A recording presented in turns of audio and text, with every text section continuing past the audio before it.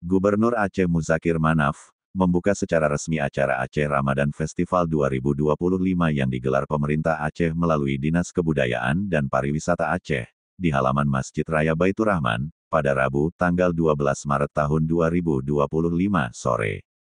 Event yang digelar ketujuh kalinya itu akan berlangsung hingga tanggal 17 Maret tahun 2025.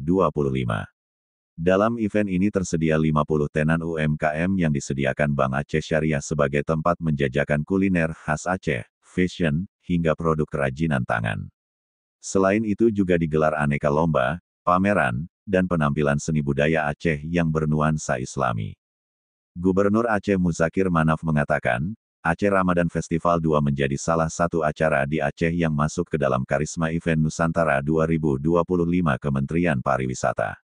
Dikatakannya, peristiwa tersebut juga menjadi bagian dari upaya pemerintah memperkuat syiar Islam dan peningkatan ekonomi kreatif.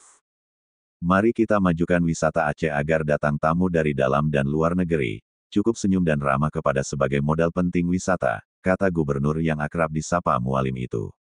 Mualim yakin sektor wisata Aceh ke depan akan maju. Untuk mendukung sektor tersebut, sesuai visi misinya, pemerintah Aceh akan membangun kawasan tamadun Islam di Makam Syiah Kuala. Kawasan tersebut akan menjadi kawasan aktivitas keislaman termasuk manasik haji dan umrah yang tentu akan memikat masyarakat luar Aceh.